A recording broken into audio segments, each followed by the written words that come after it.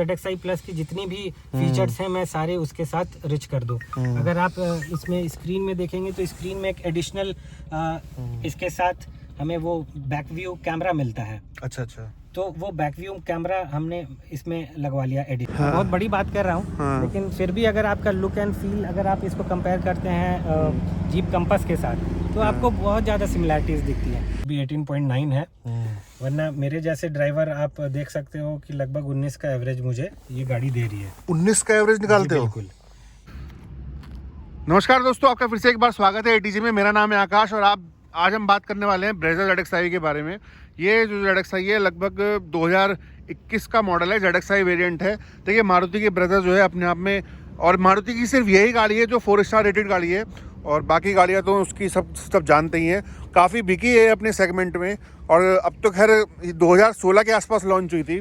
काफ़ी पसंद किया लोगों ने इसको। 15 सीसी का इस गाड़ी का इंजन है और जो लगभग 103 bhp की पावर जनरेट करता है, 153 टॉर्क जनरेट करता है। अगर पावर डिलीवरी की बात करें, डिसेंट पावर जनरेट करती है। मारुति के इंजन देखिए अपने आप में सब जानते हैं, स्मूथ इंजन है और एक डिसेंट पावर जनरेट करते हैं। रीसेल वैल्यू और सर्विस सेंटर के बारे में तो हम जानते ही हैं, बहुत पुराने से चलते आ रहा है। जो आज भी लोग मारुति लेते हैं उनको सबको पता है। हमारे सबके घरों में कोई ना कोई पुरानी मारुति की गाड़ी रही है, बट पिछले कुछ टाइम से नई नई गाड़ी आ गई हैं तो लोग डिफरेंट तरीके से नए लोग ऑप्शन चूज़ कर रहे हैं। चलिए आइए मिलते हैं इनके ओनर से। इनके ओनर है रॉबिन जी। बहुत बहुत स्वागत है आपका। कैसे हैं आप? मैं बहुत बढ़िया। तो सर अच्छा, तो छोटा सा इंट्रोडक्शन हो जाए पहले। नमस्कार, मेरा नाम रॉबिन शाही है। मैं एक फार्मा कंपनी में HR की नौकरी करता हूँ। तो ये सर हैं एक बड़ी कंपनी में HR मैनेजर हैं। और अच्छा ये सर ये बताइए, ब्रेजा से पहले आप कौन सी गाड़ी चला रहे थे? मैं पहले स्विफ्ट चलाता था। स्विफ्ट। हाँ जी। ओके, तो स्विफ्ट कितने टाइम चलाई आपने? मैं लगभग उसको 8 साल चलाया। दोबारा से ऐसा कोई प्लान नहीं था। एक्चुअली कुछ ऑप्शंस में मैं ये सोच के रखा था कि स्विफ्ट के बाद अगर मैं जाऊंगा तो कुछ SUVs में जाऊंगा। लेकिन जब मैं ऑप्शंस देखने लगा तो चूँकि प्लानिंग में नहीं थी और 8 साल चला लिया था, थोड़ी बहुत प्रॉब्लम आनी शुरू हो गई थी स्विफ्ट में। जो स्विफ्ट की जो उस लाइन की जो मॉडल आई थी उनके स्टीयरिंग कॉलम में बहुत प्रॉब्लम थी। तो जब मुझे याद है मैं 2013 में जब लिया था तो उस कॉलम की वजह से काफ़ी मॉडल्स को रिकॉल किया गया था। बट अनफॉर्चुनेटली उस समय ऐसी कोई प्रॉब्लम नहीं थी मेरी कार में। बट वो 7-8 साल के बाद वो कुछ कॉलम में से हमेशा एक आवाज़ रहती थी। तो ऐसा कोई प्लान नहीं था, but at the back of my mind I always had कि कुछ SUV पे मूव किया जाए। उसके बाद फिर मैं एक्चुअली अपने एक फ्रेंड के लिए देखना शुरू किया था। उसके बाद जब मैंने देखना शुरू किया तो फिर मारुति की ऑप्शन मुझे मिली SUV, जिसका रीसेल वैल्यू काफ़ी अच्छा है। और इस वजह से जो ऑप्शन उन्होंने दिया, इस वजह से मैंने वापस मारुति पे ही स्विच किया। अच्छा, आपने जो अपनी पुरानी गाड़ी थी वो मारुति को दे दी क्या उनको? जी, मैंने वो बायबैक में ही मारुति 2013 मॉडल थी ना आपकी? पेट्रोल थी? पेट्रोल। कितना चला लिया था आपने वो? मैंने लगभग 85,000 चलाया था। 85 चला लिया था। और वो आपने सब पेट्रोल पे चलाई हुई थी गाड़ी? हाँ जी हाँ जी। या CNG वगैरह भी थी? पेट्रोल था, सिंगल हैंडेडली मैंने ही चलाया था और कोई ड्राइवर नहीं था उसका। क्या रेट मिल गया आपको उसके? रेट काफ़ी चौंकाने वाली चीज़ है जो आपके दर्शकों को मैं बताना चाहूँगा कि अगर आप कभी भी मारुति की गाड़ी को सेल करें तो आप एक बार ट्रू वैल्यू में ज़रूर बात कर लें। मुझे जो रेट मुझे मिली थी वो 3 लाख की मिली थी। 3 लाख रुपए आपको पुरानी गाड़ी के मिल गए? 2021 में दिया आपने? मैंने 2021 में ब्रेजा को लिया मैंने। और मुझे 3 लाख की मुझे रेट मिली। प्लस मारुति की जो एक्सचेंज बोनस है 20,000 की, मुझे वो साथ में मिली। 3,20,000? क्या बात कर रहे हो? 8 साल चला के 85,000 रगड़ के 3,20,000 बेच दिया आपने। एज आई सेड कि वो सिंगल हैंडेडली चली हुई थी, पेट्रोल थी, VXI थी, कंडीशन काफ़ी अच्छी थी उसकी। एंड माइनर प्रॉब्लम्स तो सब में रहती हैं। उसके बाद जैसा मैंने बोला मेरे प्लान में कुछ नहीं था, बट चूँकि रेट्स काफ़ी अच्छा उन्होंने लगा दिया था एंड इस वजह से मैंने ब्रेजा पे मूव किया। हालांकि उस दौरान मैं किया पे भी गया था, किया की सोनेट देखी मैंने, उसके बाद किया की सेल्टॉस देखी। लेकिन जो ब्रेजा इस वजह से चूज़ किए मैंने क्योंकि मारुति ने बहुत अच्छा दाम लगा दिया। तो आपने वेन्यू देखी, तो वेन्यू पसंद नहीं आई आपको? मैं वेन्यू मॉडल जो था उसके अलावा मैंने किया का देखा था, किया सोनेट देखा था। मुझे पहली पसंद मेरी किया सेल्टॉस थी। अच्छा, सेल्टॉस? जी। लेकिन चूँकि मैंने प्लान नहीं किया था और एक जो बाइंग फैक्टर होता है वो मारुति ने बहुत इनडायरेक्टली मुझे पुश किया था कि जो मेरी कार जो स्विफ्ट थी बहुत अच्छे दाम पे बिक गई। इस वजह से जो मेरी जो पहली पसंद हो गई ब्रेजा हो गई सेल्टॉस के ऊपर। हालांकि सेल्टॉस भी बहुत अच्छी गाड़ी है लेकिन जो कॉस्ट पर्सपेक्टिव पे काफ़ी ज़्यादा है। अच्छा, मतलब आपका कोई ऐसा सच प्लान नहीं था, आपको एक उसकी अच्छी कीमत मिल गई इसलिए आपने ले ली? बिल्कुल। मतलब ऐसा सडन कोई आपने प्लानिंग करके नहीं ली कि मुझे, यूजुअली क्या होता है एक मिडिल क्लास लोग, मतलब जैसे हम लोग हैं, आप लोग हैं, वो क्या करता है, जब नौकरी पेशे वाला आदमी भी है तो वो गाड़ी जब लेता है ना तो प्लान करके लेता है, 6-8 महीने पहले उसको सर्च करना स्टार्ट कर देगा। यही होता है, यूट्यूब पे वीडियो देखेगा, हम जैसो कि आप जैसो कि भाई ये अच्छा आपने सडन ले ली एकदम, आपको लगा कि यार चलो गाड़ी की मतलब वैल्यू अच्छी मिल रही है तो ले लो। मुझे ये था at the back of my mind कि हमेशा मुझे एसयूवीज पे मूव करना है। काफ़ी लोगों ने राय दी थी कि सीडैन भी देखो, लेकिन मुझे एसयूवीज चाहिए थे। बट आपको जैसे पता है कि मारुति में एक ही जो प्रॉपर एसयूवीज आती है वो अभी फ़िलहाल यही है। और जिस वजह से मुझे जो रेट मुझे मिल गया उसके वजह से मुझे मैं एसयूवी ब्रेजा के तरफ में गया। अच्छा, वैसे आपको रेट अच्छा मिला इसलिए आप ब्रेजा चले गए, 3,20,000 रुपये आपकी गाड़ी की वैल्यू लगी, तो उस टाइम वैसे आप क्या मान रहे हो, उस गाड़ी की वैल्यू क्या थी, मार्केट वैल्यू? अगर हम एक मतलब यूज्ड मार्केट की तरफ जाएं तो आपकी गाड़ी कितने की बिकती हो? देखिए मैं अगर इधर उधर से भी मैंने जब रिव्यू किया था तो मुझे कोई 2.25 लाख लगा रहा था, बहुत मैक्सिमम 2.5 लाख लगा रहा था। लेकिन मैं मारुति को थैंक्स बोलूँगा कि जो उनकी जो ट्रू वैल्यू शॉप है वो काफ़ी जेन्युइन तरीके से रेट्स लगाते हैं एंड वो आपकी गाड़ी को प्रॉपर तरीके से पूरा वेरीफाई करेंगे एंड वो इस बात को बहुत वैल्यू करते हैं कि अगर आप सिंगल हैंडेडली आप कार चलाए हैं, अगर आपकी कार की कंडीशंस अच्छी हैं तो उस वजह से काफ़ी अच्छे रेट्स लगा देते हैं। चलिए, ये तो हो गया पहला फैक्टर कि आपकी रेट अच्छे मिले इसलिए आपने गाड़ी ब्रेजा ली। क्या आपको अगर ये इतना रेट नहीं मिलता, मान लीजिए आपको अपनी यूज्ड कार का, तो फिर अगर आपको गाड़ी लेनी ही होती तो क्या आप दूसरे ऑप्शन जो है मार्केट में, सोनेट था, सेल्टॉस था, या आपकी वेन्यू थी या नेक्सॉन थी, तो उसमें से क्या चूज़ करते आप? के दर्शकों को ये बताना चाहूँगा कि हर एक इंसान का एक गाड़ी लेने का स्टेज होता है। अगर गाड़ी कोई लेता है तो सबसे पहले कोशिश करता है एक छोटी गाड़ी से स्टार्ट करते हैं, जैसे पहले सेंट्रो काफ़ी बिकती थी, फिर स्विफ्ट आ गई, तो मैंने भी वैसे ही शुरुआत किया था, मैंने स्विफ्ट ली थी। वो गाड़ी मुझे आज भी बहुत प्यारी है। और होता क्या है कि जब या तो आप एक स्टेप लेना चाहते हैं या तो बहुत लोग काफ़ी जो गाड़ी के लिए क्रेजी हैं वो एक बार में ही एसयूवीज पे आ जाते हैं या सेडान पे आ जाते हैं। तो अगर मैं उनको सलाह देना चाहूँगा, जो मेरा पर्सनल एक्सपीरियंस है कि अगर कोई किसी को एक बेसिक एसयूवीज चाहिए तो वो इससे अच्छी कार कोई नहीं हो सकती है। ठीक है, क्योंकि एक तो आपको मारुति का भरोसा मिल रहा है, एक मारुति का विश्वास मिल रहा है आपको। दूसरा ये है कि जो प्रॉपर एसयूवी है, एसयूवी फील है, वो आपको इस गाड़ी में मिलेगी। मैं बाकी किसी गाड़ी की निंदा नहीं करता हूँ, बाकी सारी मॉडल्स अच्छी हैं। जैसे अगर मैं इसको कंपेयर करूँ किसी और के साथ, जैसे मैं वेन्यू से कंपेयर करूँ तो मुझे लगता है कि वेन्यू थोड़ा बहुत वहाँ पे स्पेस में कम है, कंजस्टेड है, थोड़ा आगे से भी है, थोड़ा चौड़ाई में भी है। अगर मैं इसको कंपेयर करूँ नेक्सॉन के साथ तो मुझे ऐसा लगता है कि नेक्सॉन इज समवेयर बिटवीन एक एसयूवी और एक हैचबैक के बीच की गाड़ी है। अच्छा, जिसको मैं प्रॉपर हैचबैक भी नहीं कह सकता हूँ, जिसको मैं प्रॉपर एसयूवी भी नहीं बोल सकता। ये एंटायरली मेरी ओपिनियन है। एंड उसके बाद अगर मैं सोनेट से कंपेयर करूँ तो सोनेट भी आपको, अगर नेक्सॉन भी है ना आपके पास? जी बिल्कुल, चलो उसके बारे में अलग से बात करेंगे। अगर मैं कंपेयर करूँ सोनेट के साथ तो मेरी पर्सनल फीलिंग है, अगर बाई लुक एंड फील में जाऊँ तो सोनेट स्टार्ट बहुत अच्छी होती है, लेकिन जब पीछे की तरफ आप जाते हैं तो एकदम कम्पैक्ट हो जाती है वो। यही चीज़ अगर आप ब्रेजा में देखोगे तो that gives you a proper SUV look and specially. सही कह रहे हो आप। स्पेस तो देखो पीछे ठीक है, बट आपकी फैमिली में लोग कितनी कितनी है लोगों की? एवरेज हाइट है, एवरेज हाइट है, अच्छे से इसमें फिट इन हो जाते हैं। देखो मेरी हाइट तो लगभग ठीक ठाक है, 6 फीट हाइट है मेरी, और मैं आगे की सीट में अभी इसकी जो आगे की सीट है वो मैंने अपने हिसाब से एडजस्ट करी हुई है। और अब ये देखिए मैं इसमें बड़े आराम से बैठा हूँ। आप ये देखिए स्पेस तो खैर इसमें टांगे मेरी टच हो रही है, बट प्रॉब्लम नहीं है कोई।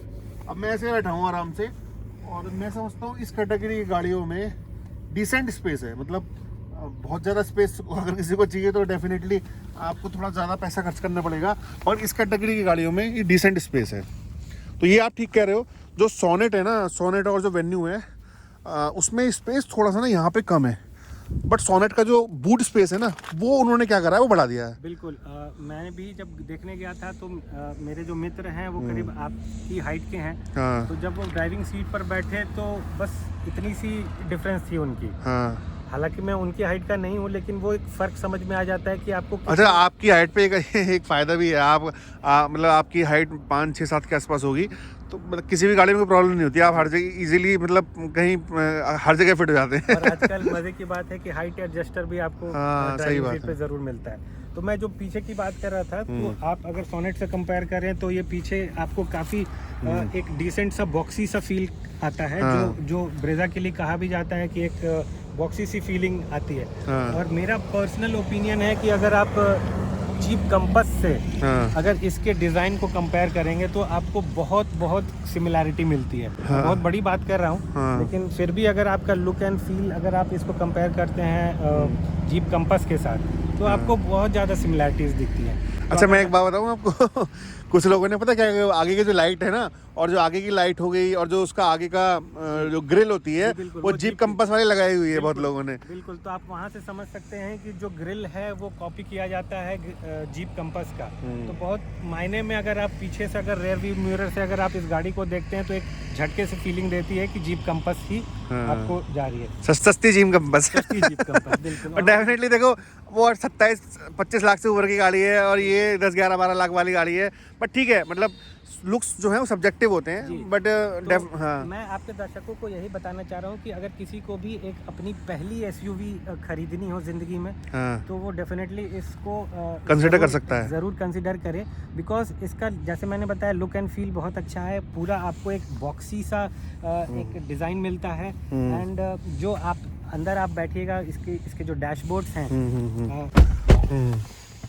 ये इसके डैशबोर्ड्स हैं। हालांकि मैंने ये टॉप से एक नीचे वाली वेरिएंट मैंने लिया है, बट मैंने इंश्योर किया कि मुझे इस वेरिएंट में लगभग सारी चीज़ें मिल जाएं। अच्छा, ये कितने की पड़ी थी आपको? मुझे जब मैंने पिछले साल लिया था, मुझे लगभग 8-10 महीने हो गए हैं इसको लिए हुए। तो ये वेरिएंट मुझे लगभग 10.5 की पड़ी थी। ओके। तो इस वजह से इसमें अगर आप देखोगे, इसमें सारी चीज़ें हैं। एक इसके ऊपर मॉडल जो आती है वो ZXi प्लस आती है। ZXi प्लस में अगर आप देखोगे तो 2-3 चीज़ें एक्स्ट्रा मिलती हैं। जैसे आप यहाँ पे अपने दर्शकों को दिखा सकते हैं, एक हैंडरेस्ट मिलता है वहाँ पर।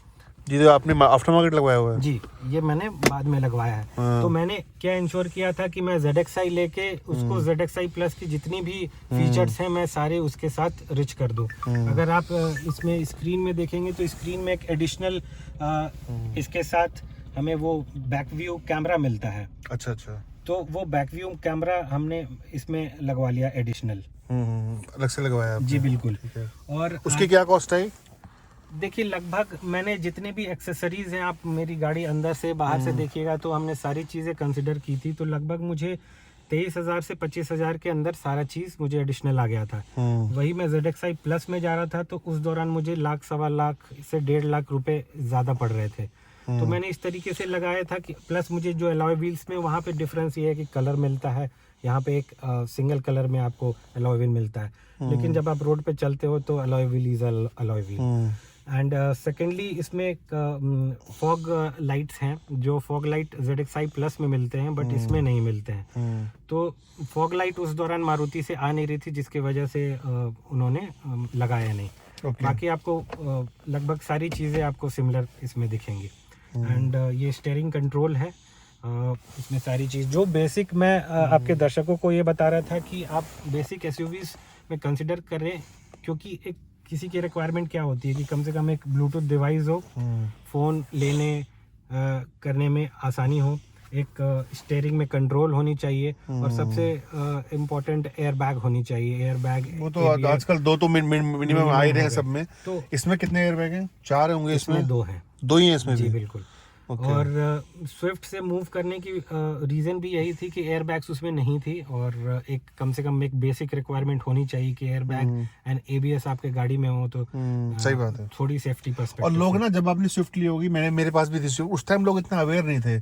इतने लोग जागरूक नहीं थे एयरबैग्स के लिए, सेफ्टी के कंसर्न के लिए। अच्छा, आपकी गाड़ी भी नहीं, ब्रीजा भी लोगों को बताइए 4 स्टार रेटेड कार है, सेफ भी है। मारुति की सिर्फ यही गाड़ी है जो 4 स्टार रेटेड है, बाकी तो सब इसकी 0 या 2 के आसपास है। बलेनो या स्विफ्ट है, वो तो हल्की गाड़ियाँ हैं काफ़ी। तो ये एक डिसेंट पैकेज है, इसका एक फेसलिफ्टी वर्जन आने वाला है। अच्छा, एक चीज़ और खासियत मैं आपको बताऊँ, ये जो गाड़ियाँ हैं ना इनकी मारुति की, अगर कोई लेता है और फ्यूचर में देखिए पेट्रोल के दाम डेली बढ़ रहे हैं, 100 रुपये के आसपास हैं, बट वो ऊपर ही जाने हैं आगे आगे। अब किसी को लगता है कि उसकी जेब अलाउ नहीं कर रही है आगे जाके, तो मारुति की गाड़ियाँ ना CNG फ्रेंडली भी हैं जी। आप इनमें CNG any time after market भी इंस्टॉल करा सकते हो। और इनमें CNG मस्त चलती है, मतलब मैंने देखा है, मैं खुद चला रहा हूँ, और इसमें CNG में कोई कप्स भी नहीं है कि सेट नहीं हो पा रही। नहीं तो बहुत सी गाड़ियों में क्या है कि CNG सेट ही नहीं हो पाती पूरी जिंदगी। मारुति की गाड़ी तो बनी इस वजह से है, आप CNG लगाओ और उसको चलाओ अपने आप। मैं आपकी इस बात से मुझे ध्यान आता है कि बहुत लोग ब्रेजा को बड़ी गाड़ी कह के ये कहते हैं कि इनकी माइलेज उतनी अच्छी नहीं है, बट मैं आपको दिखाना चाहूँगा। ये अभी थोड़ी देर पहले आपने ये चलाया था, इसकी वजह से माइलेज अभी 18.9 है, वरना मेरे जैसे ड्राइवर आप देख सकते हो कि लगभग 19 का एवरेज मुझे ये गाड़ी दे रही है। 19 का एवरेज निकालते हो? बिल्कुल। बट ये भी कह सकता हूँ कि इस बीच लॉकडाउन भी रहा है, रोड्स भी थोड़ी कंपैरेटिवली खाली हैं, और आप इस गाड़ी को बहुत मैं गुड़गांव की तरफ लेके नहीं गया हूँ, तो ये एक फैक्टर है। बट अगर मैं नोएडा की नॉर्मल सड़कों की बात करूँ, नॉर्मल ट्रैफिक की बात करूँ, तो मुझे ये गाड़ी इतनी एवरेज दे रही है। I am happy with that. Mileage के तो उस्ताद हैं कुछ भी हो तो नहीं, ये ठीक है। मगर मुझे वाकई में मतलब इतना एक्सपेक्टेशन नहीं थी कि 18-19 का एवरेज निकाल देगी। मुझे इतना था कि यहाँ 14-15 के आसपास एक सर्टेन कंडीशन में। इस कंडीशन पे मैं मानूं, जैसे मैं बता रहा हूँ कि अगर मैं ट्रैफिक में जाता हूँ तो जितना आप बोल रहे हैं 14-15, एटलीस्ट उससे और उससे थोड़ा ऊपर तो जरूर देगी ये। अच्छा, और हाईवे में आराम से निकालेगी 18-19? बिल्कुल। और सबसे इम्पोर्टेंट बात, जो अगर आपके दर्शक स्विफ्ट या सैंट्रो जैसी कार से अगर इस पे माइग्रेट करना चाह रहे हैं, तो आप एक चीज मैं बता दूं, जब भी आप रोड पे चलेंगे इस गाड़ी को लेके, तो आपको वो फर्क जरूर समझ में आएगा। जो इस इंजन की इसकी पावर है, वो आपको, जैसे आप स्विफ्ट से इससे माइग्रेट करते हैं तो आपको लगेगी कि आप रोड पे चढ़ के आप चल रहे हैं इस गाड़ी से, तो वो फर्क आपको जरूर समझ में नहीं। देखो, जो मैंने भी चलाई है आपकी गाड़ी है, और भी चलाई है ब्रीजा, इसकी जो पावर है ना, डिसेंट पावर है। मतलब आप कोई अगर किसी को खींचनी हो ना गाड़ी, जबरदस्ती की एक्सलेट देनी हो, ड्रैग रेस करनी हो, उसके मतलब की गाड़ी नहीं है। या आप आराम से चलाओ, अच्छा माइलेज देगी आपका। जैसे मैंने बोला, अगर किसी को भी एक बेसिक एसयूवी चाहिए कि एसयूवी की चेकलिस्ट, फैमिली कार एसयूवी की चेकलिस्ट टिक हो जाए जिंदगी में कि मैं पहली एसयूवी खरीद रहा हूँ या दूसरी भी खरीद रहा हूँ, तो this is the car to consider. Definitely. देखिए, बहुत अच्छा आपने एक्सप्लेन किया इस गाड़ी के बारे में, और मुझे लगता है कि जो लोग ब्रीजा खरीदने का सोच रहे हो ना, चाहे वो सेकेंड हैंड हो चाहे वो नहीं हो, मुझे लगता है आपने उनकी आधे सवालों का जवाब दे दिया होगा। अगर आप सोच रहे हो, डेफिनेटली इस कार की तरफ जा सकते हो, अनटिल अनलेस आप बहुत ज़्यादा शौकीन नहीं हो। मतलब शौकीन से मेरा मतलब है कि अगर आपको बहुत ज़्यादा पंची इंजन चाहिए तो आपके पास और अदर ऑप्शन है। एक decent power, decent mileage, decent build quality, 4 star rated car, complete package है। बहुत से लोग आजकल मारुति को ट्रोल कर रहे हैं। देखिए, पूरी की पूरी कंपनी को बदनाम करना ठीक नहीं है। हमारे पास 50 सालों से आई है। माइलेज भी बहुत ज़रूरी है जीवन में, सुरक्षा के साथ साथ माइलेज भी ज़रूरी है। ऐसा नहीं है कि आप सिर्फ सेफ्टी करके पूरा ले लो और माइलेज गाड़ी देती नहीं, तो क्योंकि वो हमारी जेब पे ही भारी पड़ता है मंथली, वो भी ठीक नहीं है। तो दोस्तों, ये था मारुति ब्रेजा ZXi पेट्रोल का एक ओनरशिप एक्सपीरियंस जो रोबिन जी की गाड़ी है। बहुत बहुत धन्यवाद रोबिन जी, आपने बहुत अच्छे से एक्सप्लेन किया। मुझे लगता है हमारे दर्शकों को काफ़ी हेल्प मिलेगी। आपके कोई सवाल हो तो आप कमेंट बॉक्स में डाल दीजिएगा, मैं तो जवाब दे ही दूंगा, रोबिन जी भी जवाब देंगे, कोशिश करेंगे जब भी फ्री होंगे जवाब दे दें उसमें। अच्छा, मैं खुद भी बोलता हूँ कि मैं कभी भी एक्सपर्ट होने का दावा नहीं करता। मुझे शौक है गाड़ियों के रिव्यू लेना, खुद भी जानता हूँ और आपको भी जनवाता हूँ। बहुत से लोग हैं जो एक्सपर्ट होने का दावा करते हैं। देखिए, मैं बिल्कुल भी एक्सपर्ट होने का दावा नहीं करता। मुझे जो फील होता है वो मैं आपको बताता हूँ, ताकि आपको एक हेल्प हो सके आपको एक डिसीजन लेने में। तो दोस्तों, ये था आज का रिव्यू। अच्छा लगेगा तो प्लीज़ सब्सक्राइब कीजिएगा, लाइक कीजिएगा। बहुत बहुत धन्यवाद। आपका दिन शुभ हो।